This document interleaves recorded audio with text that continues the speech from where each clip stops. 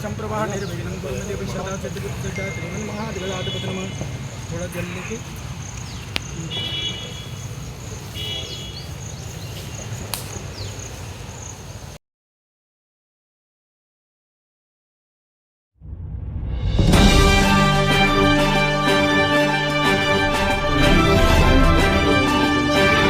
राष्ट्रीय संगठन मंत्री हूँ। आज ग्वालियर में पूर्व से निर्धारित कार्यक्रम था। जन सामान्य मंच देश के वर्तमान काल के दशा को देखते हुए चरित्र निर्माण क्रांति का आभास दिया है। उस चरित्र निर्माण क्रांति में इतिहास में जो लोग छुप गए, जिनका बहुत बड़ा योगदान रहा, उनको बाहर निकालना और अपने आने वाले जनरेशन को, अपने आने वाले जो संतान है, उनको सत्य से रूबरू कराना, अवगत कराना जन सामान्य मंच का एक पक्ष है।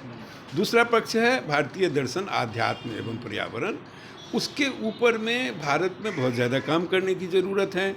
जैसे नदियां हैं, उनकी हालत ख़राब हो रही है। 15,000 में से 4500 का तो पता ही नहीं है। बचे हुए की हालात ख़राब है। 30 लाख कुएँ, तालाब, झरने थे, उसमें 20 लाख बढ़ गए, 10 लाख बचे हैं, उनकी भी हालत ख़राब है।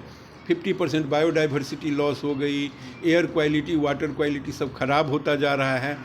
और जो पॉलिटिकली जिस ढंग से काम चल रही है, ये दुखद है।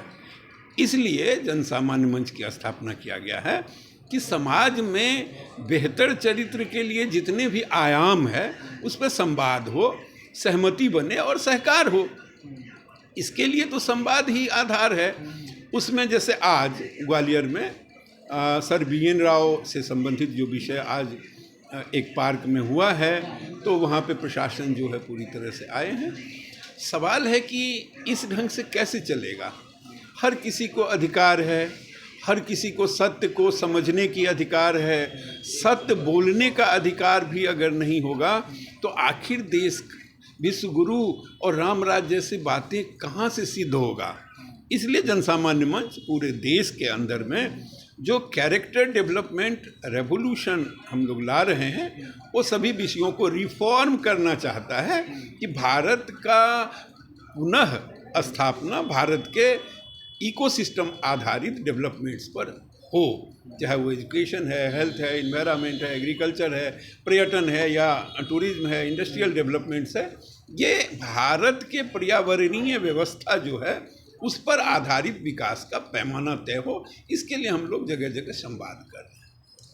तो आगे इसमें क्या एक प्लानिंग आपने की हुई है, कैसे इसको पूरे देश भर में आप चलाएंगे? तो अभी तो पहले चरण में संवाद चल रहा है, सहमति बनाना है, फिर सहकार करना है।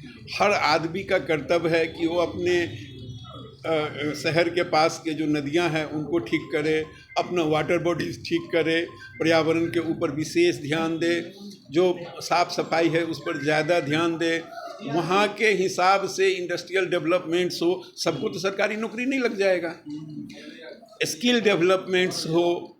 इसके लिए जैसे भाभा एटॉमिक रिसर्च सेंटर है, जो डिपार्टमेंट ऑफ एटॉमिक एनर्जी का, उनका बहुत सारा प्रकल्प है। वो प्रकल्प सब समाज में आए, लोग जो है स्वतः में रोजगार की तरफ बढ़ें। इन विषयों पे युवाओं से संवाद करना, स्किल डेवलप कैसे हो, इन सब पे पहले चरण में संवाद का कार्य चल रहा है। फिर सहमति, फिर सहकार। ऐसा 2025 से 2030 तक का एक हम लोगों का मॉडल है, जिसमें संवाद, सहमति और प्रारंभ किया जाएगा। आगे फिर जैसे जैसे जहाँ पे व्यक्ति मिलते जा रहे हैं, उस ढंग से हम लोग आगे काम करेंगे। आपके संगठन के मुख्य उद्देश्यों में SC/ST एक्ट है, आरक्षण है, तो इनके लिए देखिए, आरक्षण के बजाय भारत को संरक्षण की जरूरत है। मान लीजिए सभी पदों पर आरक्षण दे दिया जाए, सभी पदों पे, तो कितने पोस्ट है पूरे देश में?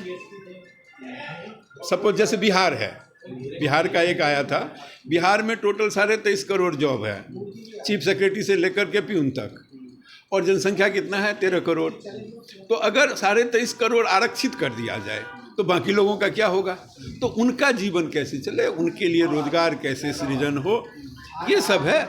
अब SC/ST कानून का जिस ढंग से हो रहा है, तो ये सब सरकार को भी सोचना चाहिए, सबको, क्योंकि सबका अधिकार है। भारत में जाति के नाम पर, धर्म के नाम पर इतना बवंडर चल रहा है आज के समय में, ये दुखद है। भारत ऋषि मुनियों की भूमि है, भारत आध्यात्मिक भूमि है, यहाँ से सत्य का स्रोत फूटता है और हम सत्य से बहुत दूर जाते जा रहे हैं। नेचर ऑफ लॉ को समझना भारतीय जनमानस का ज़रूरत है। भारतीय जनमानस को केवल अपराध नहीं, परा विद्या पे भी जोर देना चाहिए। आध्यात्मिक अनुष्ठान भारत का शून्य होता जा रहा है, उस तरफ बहुत ज़्यादा ध्यान देने की ज़रूरत है ताकि युवाओं का धर्मबोध, शौर्यबोध मजबूत हो सके। ये हम लोगों का कार्य है। धन्यवाद।